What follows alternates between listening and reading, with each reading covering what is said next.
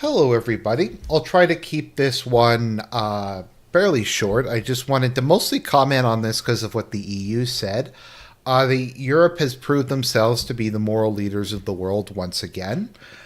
Because there's some mostly peaceful ethnic cleansing that's going on in Syria, but it's not by HTS. It's not by the Islamists who run the government. It's by apparently the Alawites. It's the pro-Assad forces. They're the ones who are doing this. They didn't do anything when the Assad government fell, but they're back. They're back, and they're going to return the Assad government to control unless HTS and Arab Zelensky stop them. So this is the statement from the EU. They're taking a moral stand on this. The European Union strongly condemns the recent attacks, reportedly by pro-Assad elements, on interim government forces in the coastal areas of Syria and all violence against civilians. It's the Alawites. It's the Assad supporters. They're the ones who are behind them and the Christians. Civilians have to be protected in all circumstances in full respect of international humanitarian law. Hear that, Alawites?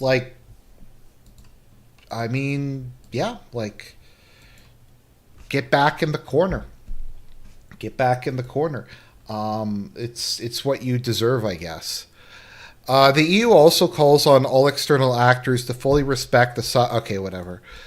So, the EU condemns any attempts to undermine the stability and the prospects for a lasting peaceful transition, inclusive and respectful of all Syrians and their diversity. So, I'm starting to wonder, guys, and this might be a conspiracy theory.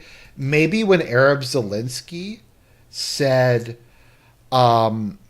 diversity is our strength, that was a lie. Maybe that was actually not the case. Possibly. It could have been something. It could have been something bad. But the EU is taking a stand on this. We also have. Let me look. I don't even know who this is. It's probably a good thing I don't know who this is. Let me see here. Jasmine L.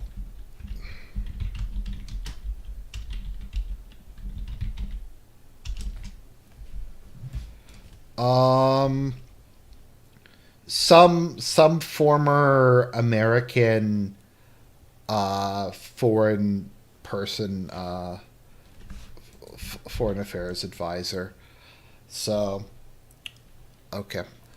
Sorry, is something people are posting in the chat. Is there a problem with the stream? Because it's hard to know. Because sometimes people are just irony posting, or they're posting a joke or something, and it sounds like the stream's gone down, and it's kind of hard for me to tell. So she's calling them out on that. It's part of diversity is our strength. We got the EU here.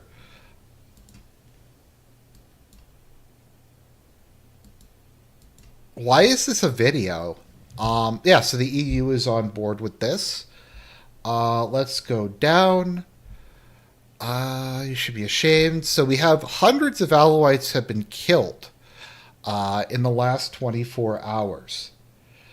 In the last 48 hours. In the last 48 hours, about 750 Alawites have been killed execution style across the country by security forces. So that is just Alawites. That's not including Christians and Shias, other Shias, have been massacred. So that's at least 400 civilian deaths a day.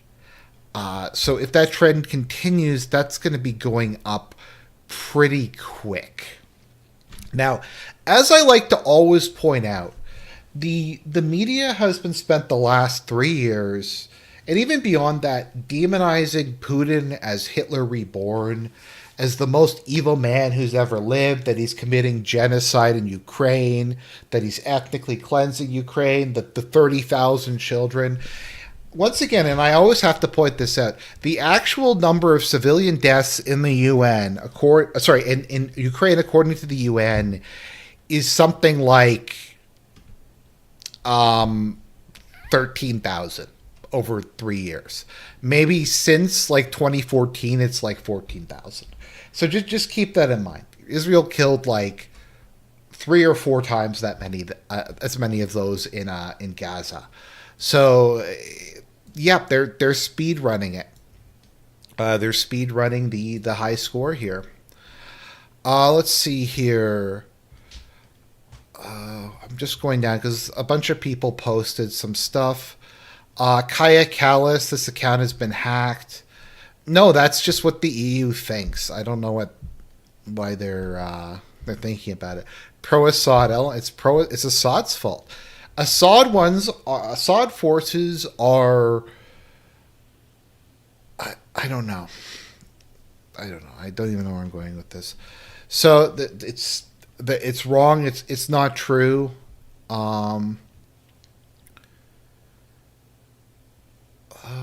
Rebellion against the state with a media campaign. Yeah, so it's the pro-Assad forces. They're mostly peaceful. Let us see what is going on. Shame on Europeans for once again standing against the sacrifices of the Syrian people. Let's see here. Yeah, so we have all these people shilling for it and saying it's okay that they're doing this. They're trying to go after this.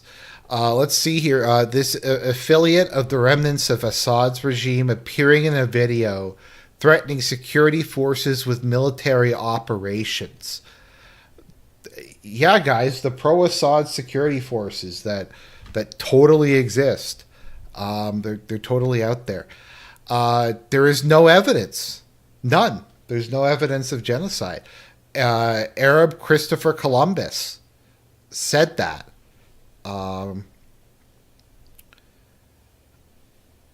We have all these people saying it's wrong. It's not true. So that's cool.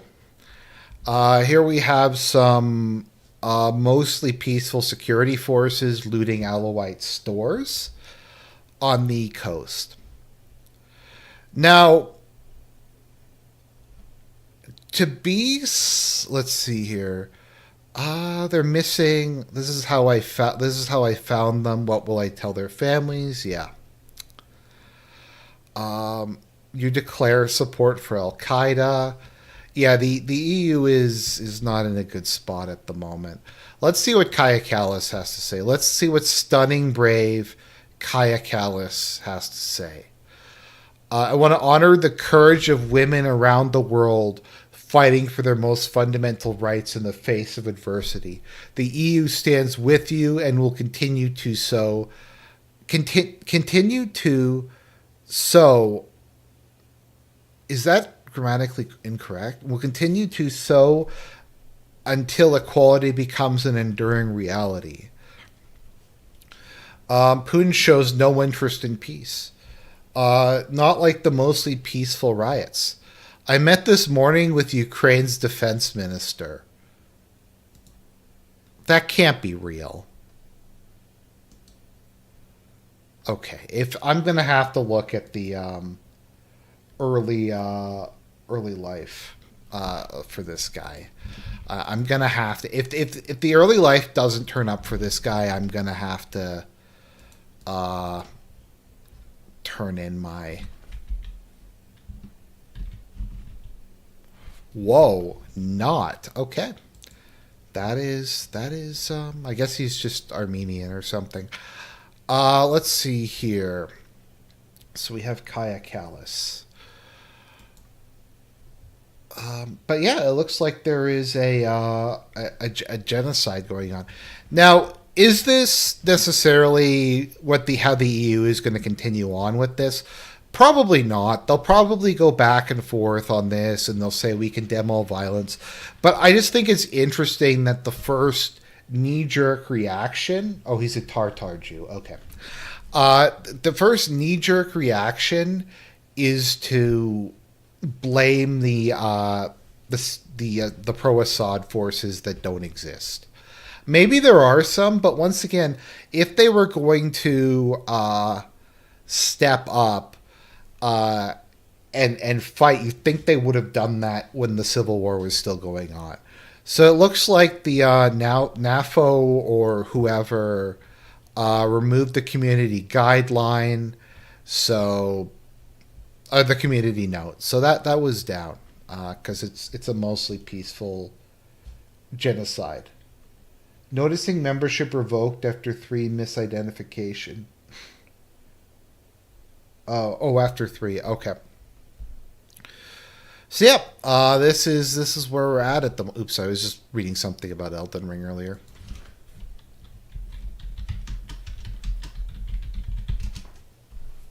Let's see what else is going on.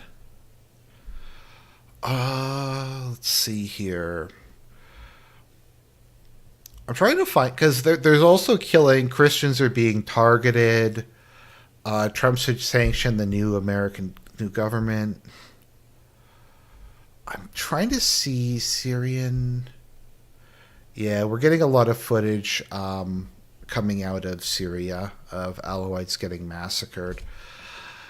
So, okay, they're claiming 8,000 people. I doubt it's that high. That's like a 10 times as many. But yeah, it looks like that's what's going on at the moment. Um, okay, what is this? Where's the Syrian Observatory of Human Rights?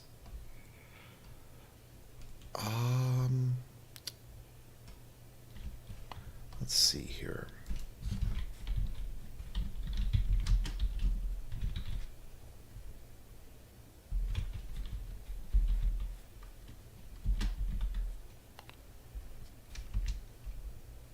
Okay, let's see what the Syrian Observatory for Human Rights. Oh no, okay. I guess they don't have an account anymore. But is that RTE? I don't know. But anyways, yeah, so it's started.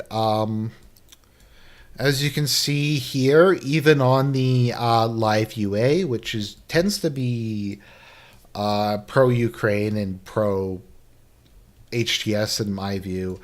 What we're seeing at the moment is I think that there are streams of Alawites who are trying to get to the Russian air bases. Let's see here.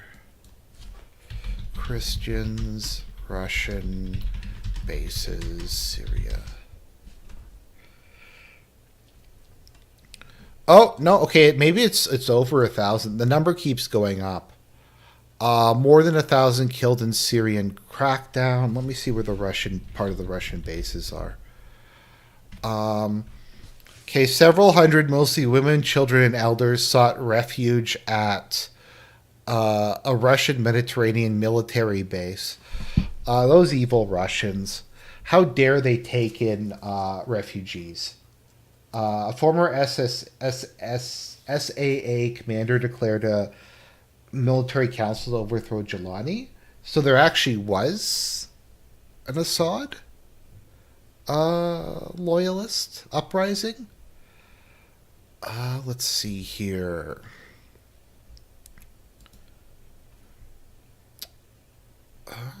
Where are we?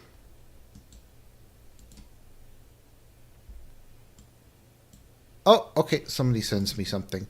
Thank you, the oak tree. Okay, Newsweek. Hundreds of minorities, including Christians, killed in Syria. Let's see here. More than 1,000. Okay, so it's up to 1,000 people in the last 2 days. Let's see here. The death toll from clashes this week. So, Constantine, is there actually an Alawite pro-Assad insurgency, or is it just another like military warlord guy who's trying to overthrow the current regime? So yeah, it looks like the mostly peaceful. Okay, so the patriarchs. Okay, so the patriarchs are upset. Yeah. Let's see here. Yeah, so it's looking bad. It was a minor as insurgency with Alawite support. Okay, so maybe there was something to it, Constantine. Okay. Uh. Okay. SAA commander.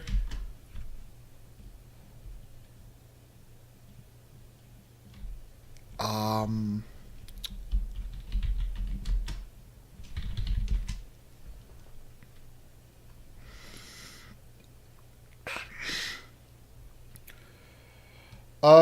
Constantine, if you have a source for that, could you send me it on Discord just so I can see it? I'd like a source that would actually kind of confirm that. Okay, so for those of you who aren't reading chat, what Constantine is saying is the massacres happened, and then once they started, a former member of the Syrian Arab Army declared a military council to try to overthrow Jelani.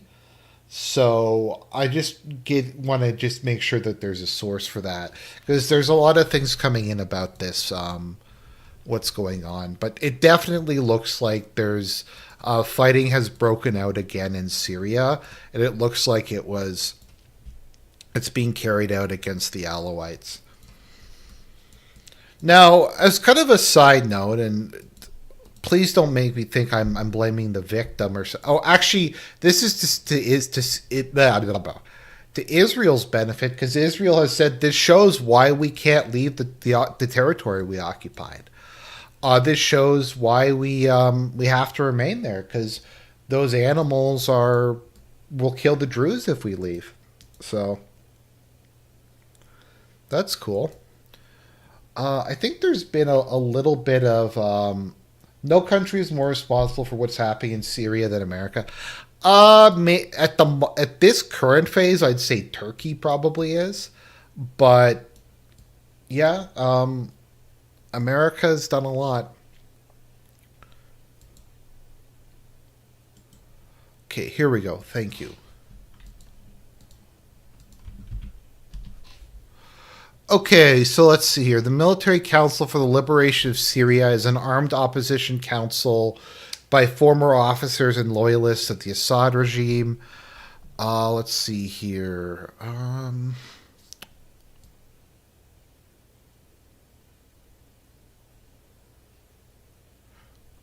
just trying to find this.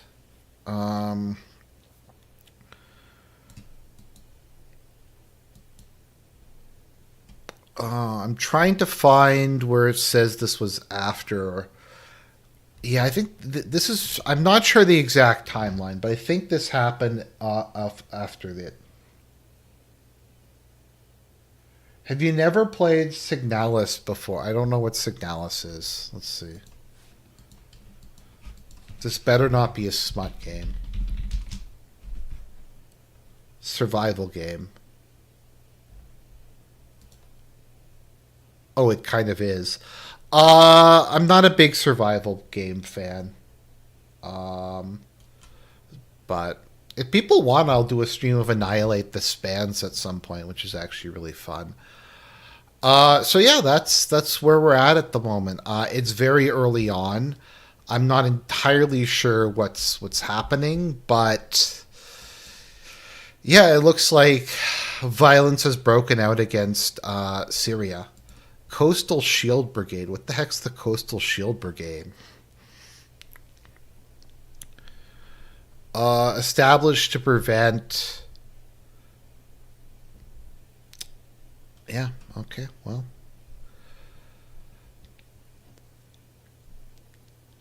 So that's where we are at the moment. I didn't really have anything else to say. I just wanted to let you guys know what's happening. We'll see how this story develops as time goes on. I'll be covering it a bit more. What was I going to say?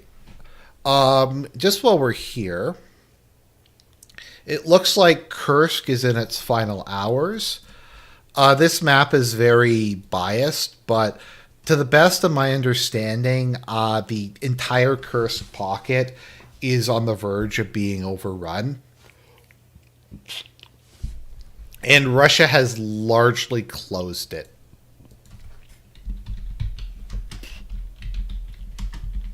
Let me see if somebody has a map of it up. I'm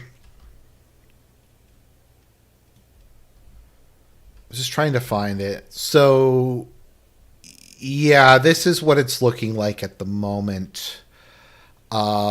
It's starting to look like. Okay, one second.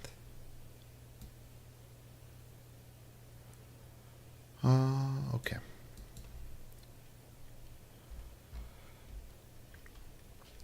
Yeah, so it's looking like the Russians are cutting in, and a lot of the Ukrainian army there is in danger of being cut off and destroyed. I don't even know how they're going to get out because the Russians have the whole area under fire control, so those guys are fucked. I hope they surrender. Zelensky won't let them to surrender though, but yeah, like this is one of the maps I think is fairly accurate. As you can see, like the Russians are trying really hard to cut this area off. The thing is, even if there is an open way out, the Russians still have fire control, and they will just be shooting everything that goes through here.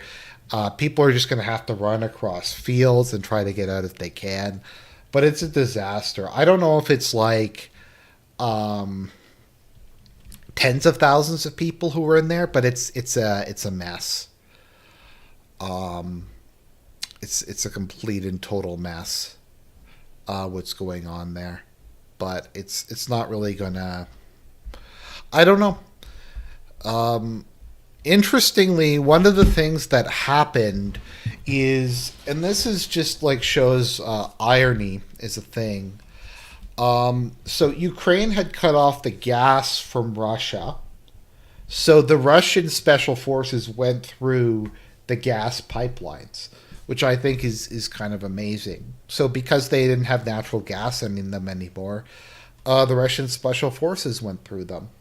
So it's yeah. I mean, once again, I really hope that these guys are allowed to surrender. Um, there's another. Okay, let's see here. Oskal River section, like they're allowed to surrender because these guys can't do anything. They're going to be out of ammunition and resources soon enough, and they're just all going to get slaughtered. So, yeah, I don't know what the Syrians are going to do. Oh, sorry. Back to something. I'll just say this to turn it off to conclude it. I guess I don't know. Like, what were the Alawites thinking? Did they just think that they could hold power as a small minority forever? I guess it's a bit like the Tutsis. Well, this is very similar to that. It's like the Tutsis in Rwanda. Like, the Tutsis are what, like 15% of the population, but they control the government? I don't know. You just have to wonder if inevitably something like this isn't going to happen. When you have a scenario in which like 15% of the population controls the like the rest of the country. Like, let me see, what are Alawites in Syria? Alawites are, yeah, 10% of the population. So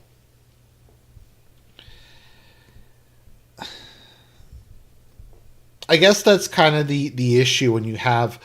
I find the most unstable countries are ones that have a majority and then one really big minority. In a case like Russia, where there's a lot of minorities that are kind of spread out across the place, um,